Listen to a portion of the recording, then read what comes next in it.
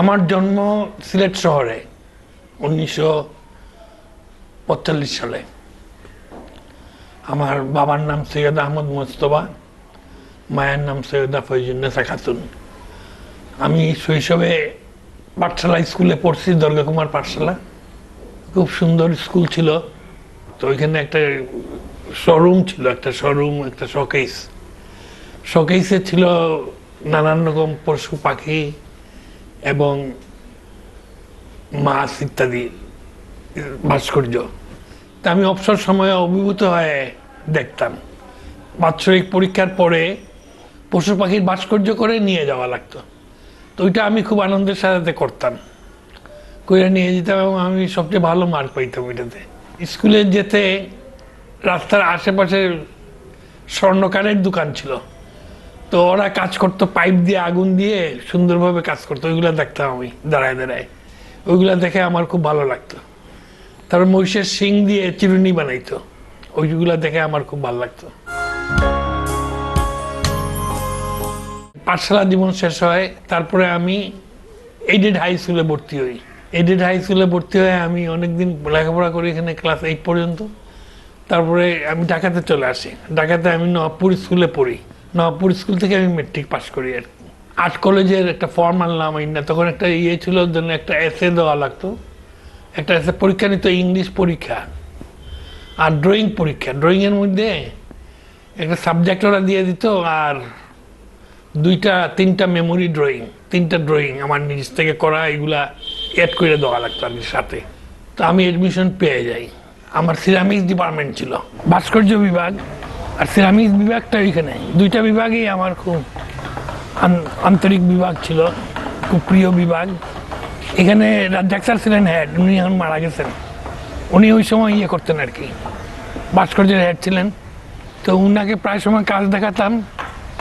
আবার মীর মোস্তফা স্যার ছিলেন ওইটার সিরামিক্সের হেড। এখন ডিপার্টমেন্টটা বন্ধ, বিভাগটা বন্ধ, নাহলে আমার অনেক কাজ আছে ওই বিভাগের ভিতরে। তা আমার কাজগুলা উনি খুব যত্নে সংরক্ষণ করতেন এবং আমি তখন বুঝি নাই। স্যার বলছিলেন যেন ওর কাজের প্রত্যেকটা কাজের হিসাব আছে, তুমি আর তো কাজ বছরে একটা করবো। আমি বুঝি নাই কি বলতেছে, বছরে আমি একটা কাজ করবো মানে। অপরাজয় বাংলা করতে গিয়ে আমি বুঝলাম যেন একটা না, বছরে 3 বছরেও একটা কাজ করা যায় না। 1964 সালে প্রথম ভর্তি হই। এই চারুকলা কলেজ ছিল তখন এটা, তারপরে হচ্ছে ইনস্টিটিউট, তারপরে এখন ফ্যাকাল্টি। তারপরে আমি পেন্টিংয়ে 2 বছর প্রি ডিগ্রি করে পেন্টিংয়ে যাই। পেন্টিংয়ে গিয়ে আমি মোটামুটি ছবি আঁকার খুব একটা সুবিধা হয়। আমাদের 3টা বিভাগ ছিল, প্রি ডিগ্রি, আপনার চারুকলা বিভাগ, পেন্টিং আর কমার্শিয়াল, এই 2টা বিভাগ ছিল। তাই আমি পেন্টিং নেই। তারপরে অপশনাল সাবজেক্ট দিতে হইতো একটা গ্রাফিক্স, স্কাল্পচার আর সিরামিক্স। আমি সিরামিক্স নেই। সিরামিক্স নিয়ে আমার 64-এ আমি একটা কাজ করি, এইটা যাদের সবার দৃষ্টি আকর্ষণ করে। প্রেস অর্ডিন্যান্সের বিরুদ্ধে একটা কাজ করলাম, সিম্বলিক ওয়ার্ক। একটা মুরুখকে সিম্বল করে লেট মি শাউট, আমাকে ডাকতে দাও। তারপরে 69-এ আমি কোর্স সমাপন করি এখানে। 69-এ পাস করে আমি কি করব, তখন চাকরি ছিল না। আর্ট এনসেম্বল বলে একটা গ্যালারি ছিল, নন প্রফিট অর্গানাইজেশন। আমি ইন্টারভিউ দিলাম, দিয়ে ওইখানে আমার চাকরি হলো। ওইখানে একটা প্রবলেম হয়েছিল আমাকে নিয়ে, জন্য প্রথম দিকে আর কি, যেন আমি যেহেতু পলিটিক্স করি, আমি তো জিনিসটারে পলিটিক্যাল করে ফেলবো। তারপরে আমি দেখা গেল যেন সবার সাথে আমার একটা পাবলিক রিলেশন থাকায় আমি সবার ছবি আনতে আরম্ভ করলাম। কিবরিয়া স্যার, সফিউদ্দিন স্যার, তারপরে সমরজিৎ রায়, এরকম সবারই, বাসের স্যার, সবারই। আমিনুল ইসলাম আগে থেকে ওইটার সাথে ছিলেন আর কি। আমি খুব ভালো অর্গানাইজার হয়ে গেলাম, কিন্তু আমি ছবি আঁকার সময় পেতাম না। এখানে রাত 8টা-9টা পর্যন্ত কাজ করতে লাগতো। আবার দিনের বেলা অধিকাংশ সময় আমার চাকরিজীবী হিসাবে আমার এখানে থাকতে লাগতো, ছবি আঁকা হইতো না। তো আমি চিন্তা করলাম যে না, আমি তো শিল্পী হইতে আসছি, একজন শিল্পী হব। তা আমি চাকরি করে তো আমি শিল্পী হইতে পারব না। এটা আমার লক্ষ্যটা কি হবে? আমার লক্ষ্যটা শিল্পী হওয়া। চিটাগাঙ্গে রশিদ চৌধুরী ফাইন আর্টসের MA করলেন প্রথম। আর্ট কলেজে MA ছিল না, তো উনি MA খুলে আমাদেরকে বললেন, আমি ওইখানে চলে গেলাম। তারপরে 71-এর যুদ্ধ আরম্ভ হয়ে গেল, তা আমি আবার ঢাকায় চলে আসলাম। 7ই মার্চ আমি চাটগাঁয়ে ছিলাম, ওইখানেও আন্দোলনের মধ্যে ছিলাম। 70 ফাইনাল পরীক্ষা হলো আমাদের। 70 ফাইনাল পরীক্ষার পরে আমি ফার্স্ট ক্লাস ফার্স্ট হলাম ওইখানে। তো আমার চাকরিটার সাথে সাথে হয়ে গেল, 74-এ মনে হয় আমার চাকরি হয় আর কি। তা আমি গত 1 বছর আগে জয়েন করছি, আমি রিটায়ারমেন্টে চলে গেছি আর কি। তো দীর্ঘ লাইফে আমার চাটগাঁয়ে থাকা একটা লাভ হয়েছে, আমি ছবি আঁকতে পারছি। চাঁদপুরে শহীদরা মারা গেছেন, তো তার কোনো সময় একটা লিস্ট পাওয়া যায়নি চাঁদপুরে, মুক্তিযোদ্ধাদের লিস্ট কিংবা শহীদের লিস্ট। তো তারা চাঁদপুরের একটা লেক ছিল রাস্তার পাশে, লেকটার পানি করে নির্গত করে তারা ওইখানে একটা বেদি বানায় ভাবছিলেন কিছু করবেন, কিন্তু লোক পাচ্ছিলেন না। তো আমি আমার ছাত্রদেরকে নিয়ে ওইখানে কাজ করলাম, হাতে খুব দৃঢ় প্রত্যয় নিয়ে। সে যুদ্ধ করতেছে হাতে রাইফেল নিয়ে, ওই জন্য এটার নাম দিলাম অঙ্গীকার। চিটাগাঙ্গে আমি অফার পেলাম করার, শহীদ মিনার করার আমার ইউনিভার্সিটির। সেখানে আমার এক কলিগকে নিয়ে আমি ওইটা করলাম। আর একটা কাজ করলাম, গল্ফ খেলতেছে বাটিয়ারি গল্ফ ক্লাবে, গল্ফারের নামটা দিলাম প্রত্যয়। তারপরে আর একটা ডলফিন ভাস্কর্য করলাম, 2টা ডলফিন। যেহেতু নেভেল একাডেমির কাজ, নেভেল একাডেমি সমুদ্রে জাহাজ ডুবি হয়ে গেলে ডলফিনরা মানুষকে উদ্ধার করে, এরকম শোনা যায়। এটার নাম দিলাম ডলফিন। তো আরও অফার আমি পাইছিলাম, খুব একটা আমি সুযোগ পাইনি। সুযোগ পাইলেও তো আরও করতে পারতাম। কিছু পোর্ট্রেট আমি করছি জ্ঞান তাপস নাম দিয়া। এটা জাতীয় উদ্যামক আব্দুর রাজ্জাক, উনার ভাস্কর্য। এটা আমি 1971 সালে করি আর কি। এটা হইল আমার বন্ধু আহমদুল আমিন, তার ভাস্কর্য। প্রফেসর কাজী মোতাহার হোসেন, উনার ভাস্কর্য। এটা 76-এ, তখন এটার কাজ করি আমি। এই আবক্ষ প্রতিকৃতিটা আমার খুব ফেভারিট। এটা 2টা বোন তারা আসছিল টুরিস্ট, তাদের মধ্যে একজন, এটা তার নাম ফ্রান্সিন, আমি নাম দিয়েছিলাম ইনোসেন্ট গ্লুম। 1970 সালে করা ভাস্কর্য, যেহেতু ত্রিমাত্রিক, তার 3টা অ্যাঙ্গেল, নানান অ্যাঙ্গেল থেকে তাকে দেখতে লাগে, রাখতেও লাগে এইভাবে স্ট্যান্ডে। তো আমি চিটাগাঙ্গে অবস্থানের কারণে আমি এই সুযোগটা করে নিতে পারিনি এখানে কাজ করার, এবং ত্রিমাত্রিক না করতে পারায় বেদনা থেকেই আমি ছবি আঁকা ধরছি। এটা সহজ, এটা যে কোনো একটা ঘরে আঁকা যায়, একটা রুমের মধ্যে আঁকা যায়, একটা টেবিল হইলেই হয়, ড্রয়িং করা যায়, যে কারণে আমার ছবিতে যাওয়া আর কি।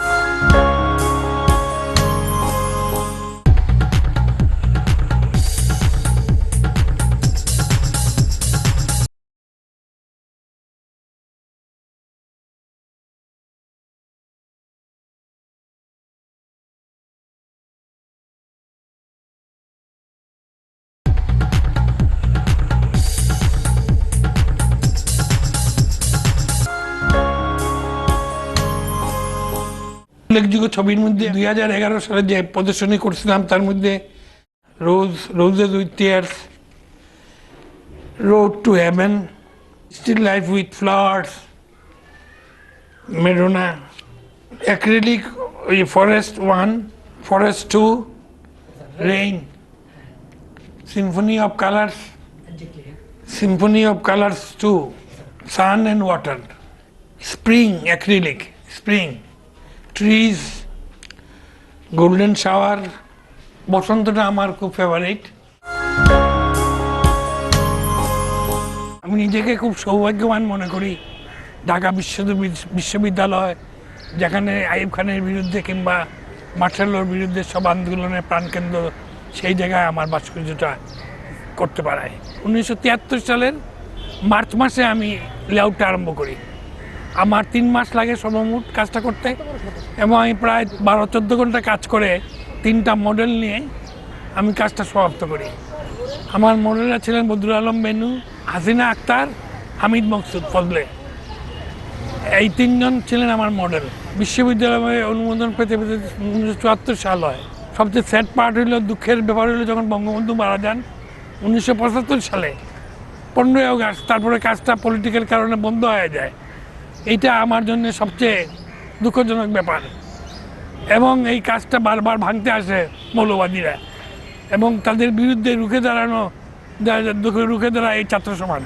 তো আমি চিন্তা করলাম যেন আমি একটা মাস পার্টিসিপেশন, শহরের মুক্তিযোদ্ধা, গ্রাম থেকে বেশি আসছে গ্রামের মুক্তিযোদ্ধা, আর নারীরা আমি কি দেখেন, নারীরা তো বন্দুক নিয়ে যুদ্ধ করেন নাই, তাকে আমি প্রতীক হিসাবে ফার্স্ট এইড বক্স নিয়ে আমি করলাম, কারণ তারা এইটাই মনে করলাম ঠিক হবে। এইভাবে আমি তিনটা নিয়ে আমি স্কাল্পচারটা করলাম, চিন্তা ভাবনা করলাম। স্কেল মডেলটা করছিলাম 3 ফিট, এবং এইটা হইল 12 ফিট, 4 গুণ বড়, 3 12 গুণ 12 ফিট। স্কেল মডেলটা শেষ করার পরে সালেহ চৌধুরী সাহেব আমার দূর সম্পর্কে আত্মীয় হন, দৈনিক বাংলার উনি এডিটার ছিলেন, ওনাকে নিয়ে আসলাম। তো ওনাকে বললাম, আপনি এইটা দেখেন, দেখে একটা আপনি পত্রিকায় দেন যাতে জিনিসটা সম্বন্ধে লোকজন জানতে পারে। উনি দেখে খুব মুগ্ধ হন, আর এইটার একটা নাম দিবেন। তো অ্যাকচুয়ালি এইটাই উনারই নাম দেওয়া, অপরাজেয় বাংলা নামটা আমার খুব ভালো লাগে। তারপরে শহীদুল্লাহ সাহেব আসলেন, আমি ওনার কাছে খুবই ঋণী, অসম্ভবভাবে ঋণী। উনি বললেন এইভাবে এইটা করা যায়, পেন্টোগ্রাফ সিস্টেমে 4 ইঞ্চ 1/4, মানে 1 ইঞ্চি সমান 4 গুণ, 3 ইঞ্চি সমান 12 ফিট। 4 ইঞ্চি স্কেলে এই যেখানে ধাপগুলো দেখা যায়, একটা ধাপ 4 ইঞ্চি করে করে নয় আর কি। এই 4 ইঞ্চি করে করে উনি পেন্টোগ্রাফ সিস্টেমে ঢালাই করে দিলেন, রিইনফোর্স কনক্রিটে, এবিসি সিমেন্ট, রডও আমাদের, এবি সিমেন্টও আমাদের, আর বালিও আমাদের, শুধু কোনোটাই বিদেশের না, এখানে দেশীয় উপকরণ দিয়ে এটা করা। এবং এইটার আগে আমি একটা ফুল ফিগারও দেখিনি, অনেক ঘাত প্রতিঘাতের মধ্যে দিয়ে এটা শেষ হয়েছে। আমি এখানের মধ্যে আসি না, আসলে আমার পুরনো স্মৃতিগুলো মনে হয়, কারণ আমাকে অনেক করতে হয়েছে, আমাকে এখানে আমাকে অনেক অনেক কষ্ট পাইতে হয়েছে আমাকে নানানভাবে। আমি সেই স্মৃতিগুলা আসলে এখানে মনে হয়, যার কারণে আমি কোনো প্রোগ্রাম ছাড়া এখানে আসি না। আমার চোখে আমি এইটা বলতে গেলে মনে হয় যেন আমার জীবনের শেষ সময় আমি চলে আসছি। এই মূল্যায়নটা আমি না করলেই ভালো ছিল। তবে সব মিলায় আমি যা চাই আমি তা পাই নাই। আমার যে কাজ করার দৃঢ়প্রত্যয় ছিল, আমার ছিল, মানসিক বল ছিল, সাহস ছিল, যে চেতনাবোধ ছিল, সেখানে আমি কিছুটা অপরাজয় বাংলা করে আমি পাইছি, আর বাকিগুলা করে খুব একটা আমি পাই নাই। এবং তার সাথে সামাজিক অবস্থান সব নিয়ে আমার যে উৎসাহ পাওয়ার কথা ছিল সেটা আমি পাইনি। তো পোর্ট্রেটগুলো আমার নিজস্ব সংগ্রহে আছে, তবে এইগুলা কি হবে আমি জানি না। এগুলা তো আমি মারা যাওয়ার পরে এইগুলা আমার কাছে রাখতে পারবো না, কারণ রাখতে গেলে এই স্কাল্পচার 3 ডাইমেনশন, মিডিল ক্লাসের একটা টেলিভিশনেই রাখতে লাগে, একটা টেবিল লাগে, একটা টেলিভিশন রাখতে একটা লাগে, একটা স্কাল্পচার রাখতেও আরো বেশি। টেলিভিশনে যেমন সামনের দিকে থাকলেই হয়, ওইটা পিছন দিক দিয়ে তো দেখার দরকার হয়। তো এইগুলা তো রাখার জায়গা নাই। তখন কিছু আছে আর্ট কলেজে, সিরামিক্স ডিপার্টমেন্টে, কিছু আমার বাসায়, এইরকম ভাগ করে করে আছে। তো এইগুলার একটা গতি করতে পারলে, হ্যাঁ, ন্যাশনাল মিউজিয়াম যদি নিত তাদের সংগ্রহে, জাতীয়ভাবে স্বীকৃত গুণীজনদের কাজ আমি করছি, এবং লাইভ সিটিং নিয়ে, মানে ওনাদেরকে সামনে রেখে বসে বসে। তো এটা ম্যানেজ করা খুব কঠিন ছিল, একজন লোক বসতে চায় না। স্কাল্পচার তো একটা সিটিংয়ে হয় না, স্কাল্পচার 7, 8, 10টা সিটিং লাগে, মানে 12-14 ঘন্টা সিটিং লাগে। এই সিটিংয়ের সময়টা তো একজন দিতে চান না, কিন্তু আমি ওনাদেরকে ম্যানেজ করছি। তো এই কাজগুলা যদি কোনো একটা একাডেমি সংগ্রহ করতে, তাহলে আমার ভালো লাগতো আর কি। ও আমার দেশের মাটি, তোমার পরে ঠেকাই মাথা।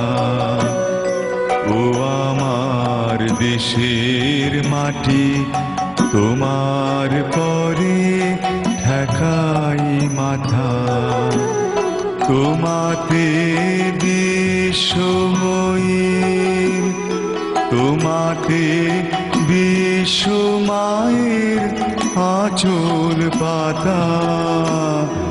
ও আমার দেশের মাটি, তোমার পরে ঠেকাই মাথা।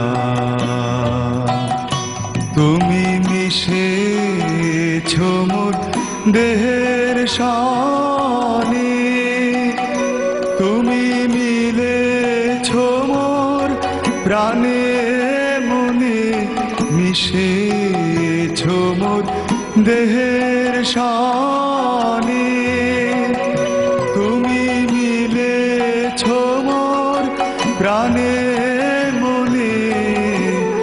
তোমার ওই শ্যামল বরণ কোমল মূর্তি মর্মে গাথা। ও আমার দেশের মাটি, তোমার পরে ঠেকাই মাথা।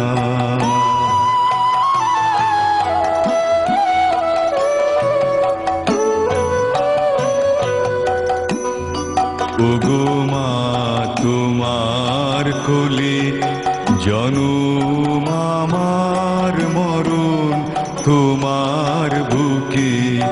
ও মা, তোমার কোলে জনম আমার মরণ, তোমার বুকে। তোমার পরে খেলায় আমার দুঃখে সুখে